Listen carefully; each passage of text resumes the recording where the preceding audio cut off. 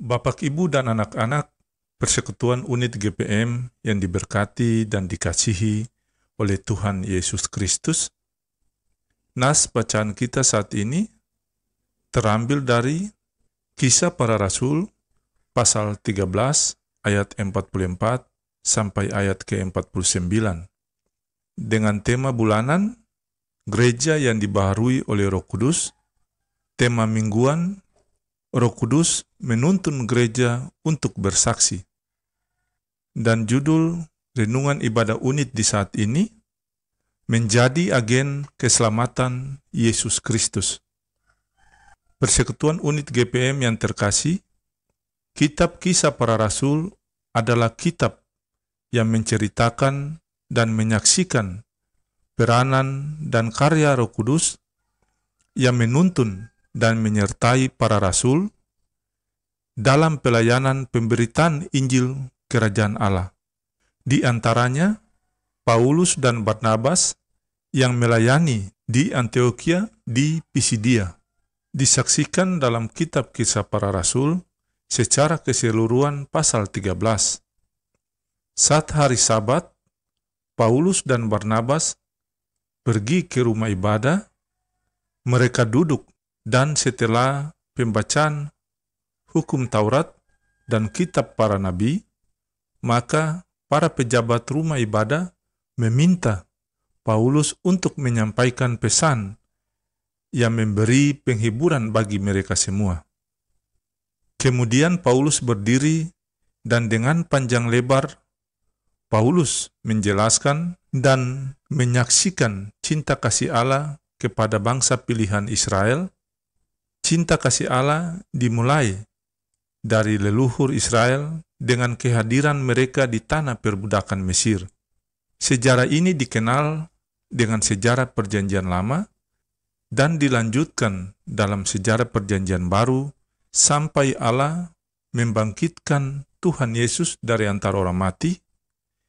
Itulah sebabnya Paulus dan Barnabas serta semua para rasul menjadi saksi bagi semua orang, baik bangsa Yahudi maupun bukan Yahudi, namun yang digerakkan hati oleh Allah untuk menerima keselamatan kekal melalui karya keselamatan di dalam Tuhan Yesus Kristus. Perjalanan panjang sejarah keselamatan Allah dalam Kristus bagi semua umat percaya melalui bangsa pilihan Israel menunjukkan konsistensi Allah dalam menggenapi dan merealisasi janji keselamatannya, sebab Allah yang telah mengikat janji kepada leluhur Israel dan Allah sendiri menggenapinya dalam diri Tuhan Yesus. Bapak, Ibu, dan anak-anak Persekutuan Unit GPM yang dikasihi oleh Tuhan Yesus, sebagai manusia, terkadang kita jenuh menanti dan menunggu jawaban Tuhan, bahkan juga menolak tawaran keselamatan dari Allah. Hal ini nampak jelas dalam bagian bacaan kita ayat 44 sampai 49. Ketika di minggu berikut kembali ada pertemuan jemaat yang semakin banyak jumlah orang yang hadir, sehingga membuat orang Yahudi dengan penuh iri hati menghujat dan membantah apa yang disampaikan oleh Rasul Paulus. Namun dengan berani, Paulus dan Barnabas bersaksi serta menegaskan bahwa firman Allah harus disampaikan kepada kamu, namun kamu menolaknya dan merasa diri tidak layak untuk menerima hidup yang kekal. Maka kami berpaling kepada bangsa-bangsa lain dengan mengukit kitab Nabi Yesaya.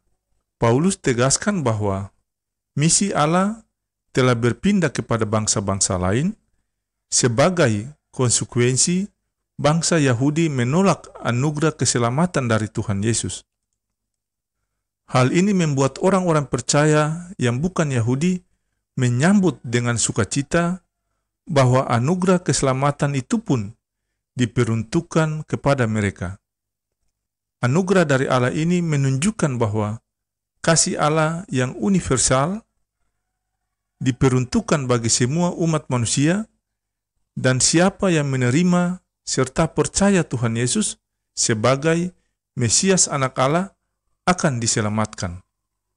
Bapak, Ibu, dan anak-anak Persekutuan Unit GPM yang dikasihi oleh Tuhan, berita sukacita keselamatan ini pun juga menjadi tanggung jawab kita sebagai pribadi, keluarga, maupun Persekutuan Unit untuk kita sampaikan dan beritakan bagi dunia, serta semua orang yang belum percaya dan menerima Tuhan Yesus sebagai Juru Selamat. Bagaimana kita memberitakan dan menyaksikannya bagi dunia dan semua orang yang belum percaya? Tentu pemberitaan dan kesaksian kita tidak hanya sebatas kata-kata saja, namun harus melalui sikap serta perilaku hidup kita yang memberi teladan bagi semua orang tentang siapa itu Tuhan Yesus. Persekutuan Unit yang diberkati, banyak orang yang sangat tekun dalam kegiatan agama ternyata tidak bisa melihat Roh Kudus sedang bekerja. Mengapa ini bisa terjadi? Karena egois. Orang-orang seperti ini akan dengan mudah tersanjung jika ada yang dikerjakan terlihat berhasil. Tetapi orang-orang seperti ini juga akan sangat mudah iri hati jika ada orang lain yang lebih berhasil daripada mereka. Orang-orang seperti ini juga begitu mudah marah dan dendam, dan celakanya, tanpa dia sadari, dia meletakkan marahnya kepada Allah. Keberhasilan Paulus menarik perhatian seluruh kota, membuat mereka penuh dengan iri hati. Bukan marah karena ada ajaran yang salah diberitakan, tetapi iri hati. Mereka tidak terlalu peduli tentang apa yang Paulus ajarkan.